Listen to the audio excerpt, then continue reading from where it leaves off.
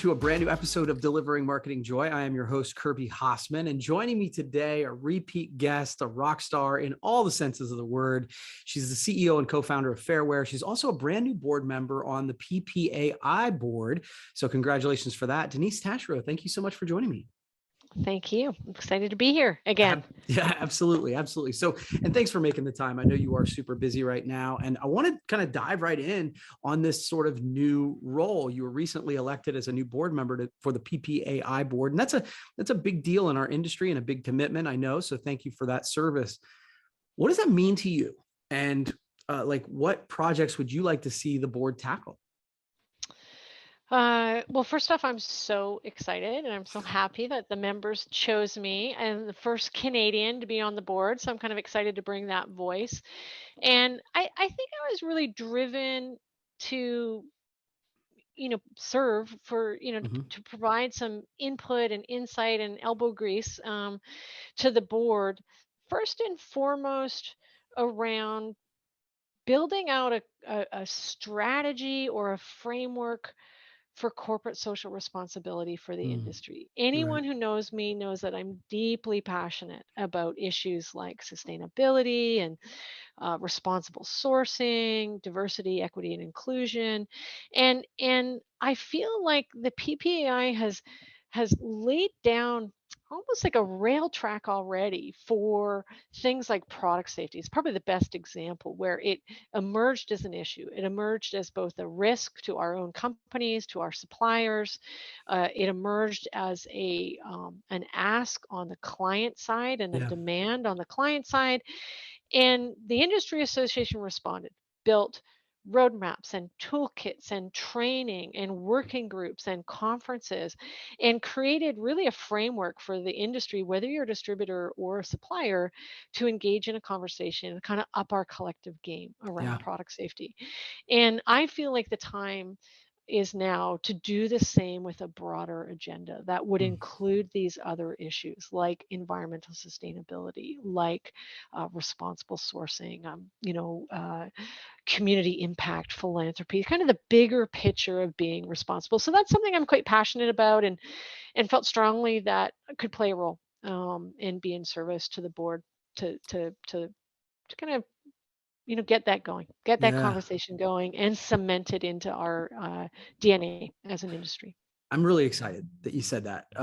It's honestly what I assumed you would say, I hoped you would say, I guess I should say. It's a conversation that I've had recently, and I had talked to my buddy Bill Petrie about this when Dale Denham came on as president. I was like, one of the initiatives I'd like to see us kind of up our game on is exactly what you just talked about. And then when I had heard that you were announced as the latest board member to be voted on, I was like, okay, great. That to me, that was a signal that was really an initiative that they were serious about. So I'm excited for you to tackle that. Yeah, and I think to just add a little more context, because I'm really excited about Dale, leading the charge right now, is I position corporate, so I'll call it CSR, corporate social responsibility, just to kind of use the same word throughout this call. But I would position CSR as just a part of how do we future-proof ourselves in an industry. And we've just gone through an epic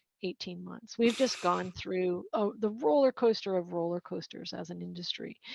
And I think, the board and Dale and all of us as business leaders really need to be looking at, like, what is it going to look like for our industry to be resilient, to be there in the long haul, to be relevant to buyers, and to grow. And so I think that, to me, the CSR agenda is a piece of that. There's other pieces of that. I think engagement in kind of becoming a more digitally savvy industry, critical, right? Dale's going to bring that piece of the puzzle.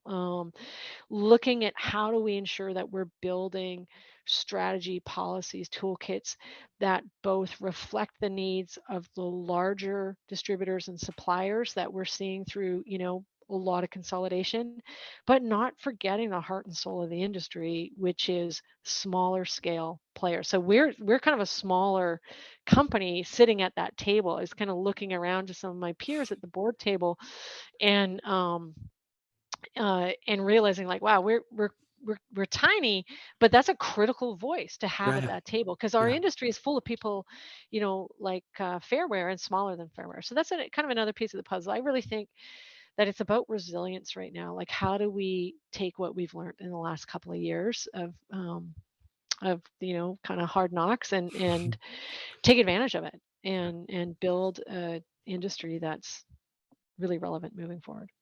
I love it. I love it. So from that conversation, I want to transition to, I mean, your company, Fairware, you just mentioned, has been sort of a leader, right? And I looked it up on your website, ethically sourced and sustainable promotional products, right? You've been a leader in that space for years. So I feel like the world is sort of catching up to that initiative. And I mean that in a good way. We're starting to, more people are talking about that. More customers are asking about that. Why do you think there's more of a demand for this? Or I guess, is there? Yeah. Well, I think there is. I think we're seeing a lot of competition within the distributor landscape, for example, of brands, bringing this to the table as part of their own story and their brand identity or trying to bring it to their clients, which is inspiring and a little unnerving. It's like that nipping at the heels. Yeah, It's yeah, kind of like, yeah. okay, what's next for Fairway? We got to keep, we got to kind of keep one step ahead of this. We're like the OG, sustainable brand. Right. So that's been actually quite motivating, I think, Yeah. for us at Fairway around what is next for us and what does the future hold for us. But I do think that the drivers, it's really, it's a consumer-led trend. Mm. And as the demographics of consumers are changing, our Yeah. buyers are getting younger. Um, I think that's critical and at play. And there's just a cajillion studies out there around what younger buyers value and that they value values, right? Mm. So I think that's a critical piece. So buyers are asking for it. I think they're asking for it in their employment. They're choosing where they work and who Yeah. they work for, and they're looking for it in what they buy. I think the other kind of major trend that is driving this is just overall the retail experience and a momentum towards transparency. So when someone is on, the Patagonia website or Everlane, or they're buying, I don't know, ice cream, whatever it is, um, when you go in a retail environment, there's just more and more information now around the Mm. country of origin, where it's made, how it's made. You can go on Nike.com and see where, like, literally what factory your shoes are made in, and get the phone number of the factory manager, right? Yeah. So just epic transparency. And those buyers that are having that experience in their day to day when they're getting stuff for their kids or getting, new shoes, on Monday, they expect the same thing when they're Yeah. doing their B2B purchasing in their day job, right? And to Yeah. think that a B2B buyer is somehow different fundamentally than a B2C buyer. Like, we're all B2C buyers. And then in a secondary role, some of us are B2B buyers. So I think Right. if we don't understand what's driving that B2C environment, we'll miss out on the game in our world of B2B. So I think it's really important to understand those trends. And I think there's a huge trend towards greater transparency and Mm. information. People want to know what's in their stuff, where was it made, and who made it. Yeah. And why shouldn't they? What's so secretive about that, right? Yeah. So, I think those are some of the key drivers, and I think the bigger players are asking for it. Some of it is still compliance driven. Some of it is value driven. It kind of depends on who your customers are. But I would say that the asks are getting more nuanced, where it might have been, are you diverse owned supplier? Now it's, are you LGBTQ owned? Like, Right. where it used to be, is it, recycled? It's, well, is it recycled content? And also, what's the end of life? Can I recycle it when it's done in my Right. community? Right. So I think the questions are getting a little harder. They're getting a little more nuanced. And as an industry, we have to get ready to answer them. So that And I think leads, those who can answer them now are the ones who are winning. oh yeah, I agree. Yeah. And that leads really nicely into my next question, which is for those clients that you're working with, right? The ones who want to market and have a marketing strategy with sustainability. where do you see brands getting it wrong, right? And how do they fix it? Um, well, that's a good question. I think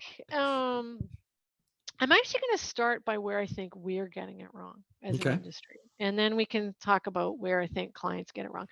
I think where we're getting it wrong as an industry is we're still seeing the issues as siloed. Mm, So product compliance is a thing, check. Uh, Diversity owned, like minority owned, okay, check.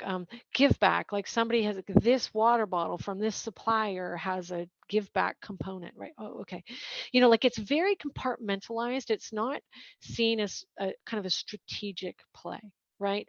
People focus maybe on, like, I have a product assortment that has environmental, attributes to it, so I'm going to go to market with that. But they're not really thinking about maybe where they're made or whether those products meet global worker rights standards. mm, They're not necessarily thinking about their own business and what they're doing in their right. community, or how they might be recycling, composting, managing energy, those sorts of things. And I think um, that's a piece of the puzzle, is to really start to understand, like, what are the areas in our industry that we should be focused on, right? I think we should be focused on responsible sourcing, ethical sourcing. I think we should be focused on environmental responsibility, whether that's a recycled, paper in a notebook or your own operations. Right. I think we should be looking at diversity, equity, and inclusion so that everybody can enjoy in the fruits of all our labors. And I think we should be looking at philanthropy and corporate impact. And so it's about looking at it as a big picture. And what I see, the kind of failure sometimes in our industry, is people are like, I got recycled products, I'm good, check. Yeah. And Yeah. like that doesn't quite, or like I'm donating to the local hospital, check. It's like, Right. that's not quite going to work in today's world, right? It's not about a comprehensive approach to doing good in the world. It's Right. about, it's a little checklisty. So when it comes to the client side, um, I think there's often a race to make marketing claims about the products Mm, yeah. that can be a stretch, so like, recycle me on a non-woven uh, polypropylene tote bag, which is technically recyclable, but there's nowhere that will take that bag to be Right. recycled. There's no blue box program in North America you can put a tote bag in.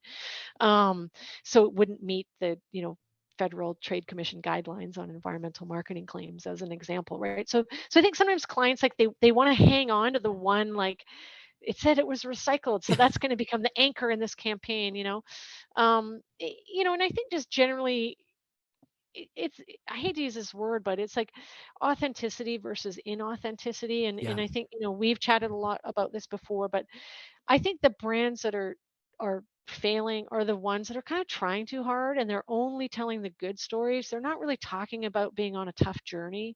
Yeah. Um, those brands that only are talking about the wins, like, we did this, we're a hero, Mm, as opposed to, like, wow, it was really hard and we, like, had to take 4 left turns, and then we failed for a while and then we got back on track. And I think mm, those are the stories that people want to hear. They want brands to be more human, more yeah. vulnerable, and able to kind of showcase that it's tough. Like, these are tough, tough, tough issues. I was chatting with somebody yesterday. Is it better to have, like, recycled cotton t-shirt made in New York, or, from post-industrial cotton versus, like, post-consumer cotton but made in Central America? Like, it's all a can of worms. Half the times there's no right answer.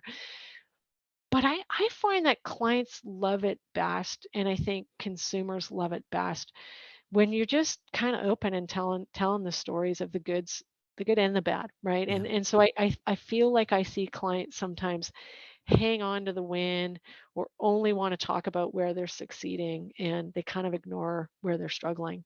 Yeah. Um, That yeah. makes sense.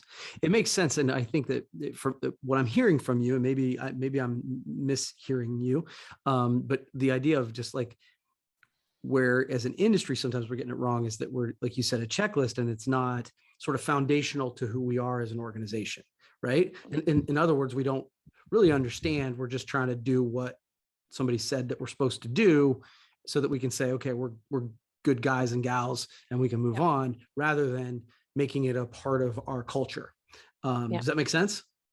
Absolutely, it does, and I think that that might be a big stretch for some Yeah. companies. Like, it might not be in your DNA. It's in our DNA. My Right. co-founder and I, Sarah, it's in our DNA to be an activist brand, and Right. that is how we self-define. We are an Right. activist brand.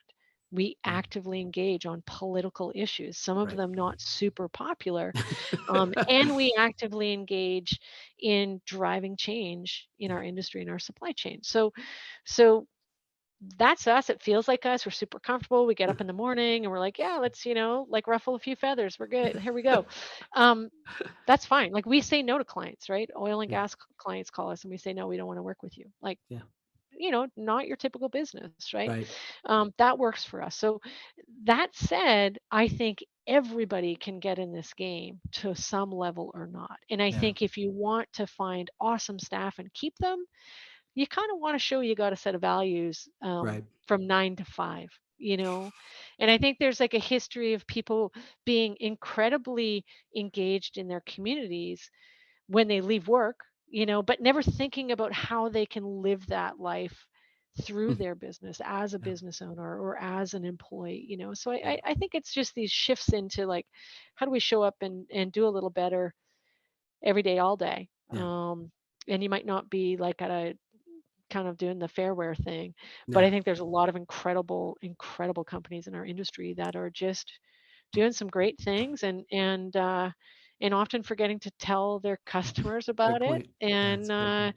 and I think they'd see some really nice traction if they just started to think a little bit more strategically about doing good.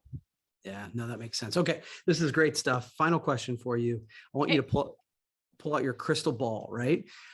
What do you see? Because gosh, I don't know that you predicted. I mean, we didn't talk right before the pandemic, but you didn't predict that. But now that we've gotten through this, Yeah. what do you see for the business world over the next 12 to 18 months? Are we gonna like? Do you think this is something that will come, or will things get better? What's your prediction? Yeah. I mean, I think, the economy's been so throttled. I think there's some real pressures, inflation, supply chain, obviously.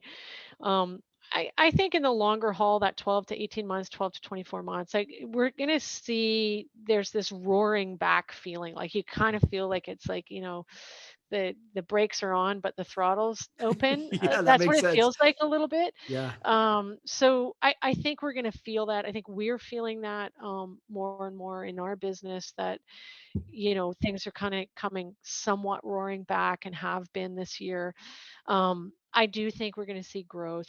I do think that, the I think the hybrid workplace is not going away, and I think yeah, the level of complexity that that adds to our industry, in terms of needing to drop ship, partially mhm, ship to a head office for the 20 people who are there, but then yeah, the other 70 boxes are going to people's homes. I don't think that's going away. Like, I don't think that is a time and place, COVID mm, scenario. I think that is the new norm for our I agree. industry. And so, how do we, as suppliers and distributors, how do we succeed in that world? And I think for those who are hoping it's going to go away and have maybe been able to kind of get through the last year and a bit avoiding doing that, it's time to embrace it. It's time Yeah, to work with our suppliers, work with each other to understand how do we build out that new muscle as an industry. I think that's a really critical thing.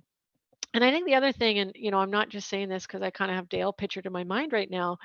I do think we have to up our game in terms of kind of the digital yeah, landscape, yeah, and you know, ensuring that our systems talk to each other, ensuring that our we have the ability to go kind of seamlessly from the end user down to the supply chain. And yeah, something I've been saying a lot this year when people talk to me around a kind of a mindset shift that I would love to see is, where suppliers start thinking that they don't just sell to us as distributors, but they sell through us to mm, the end user. And the minute you start to kind of think that way, things change, right? The way you write copy as a supplier, you don't put the words blank product only on every SKU, right. because you don't. somehow don't realize that every sales rep in North America has to delete those words on every quote that Right. goes out, right? So it's like, thinking about who are you selling to? You're just selling through us. So let's tell stories that resonate with the client. And I think that will accelerate the growth of our industry. But I'm feeling good about the next 12 to 18 months. I'm feeling hopeful. I'm super psyched about going to Vegas. Me too. Um, and I'm chatting with lots of folks who are saying they're going. So I think it's going to be a good show. I think it's going to be a bit of a it's going to feel like a reunion, Yeah, totally. and I'm really hoping it's going to feel like a jump start for Yeah. the next couple of years for our industry. I love it. Denise, thank you so much for taking the time. We will definitely have to do it again. And I look forward to seeing you in Yeah, Vegas. Okay. no kidding. Uh-huh. All See right. you there. Cool. Absolutely. Well, that's going to wrap up this edition of Delivering Marketing Joy. We'll see you next time.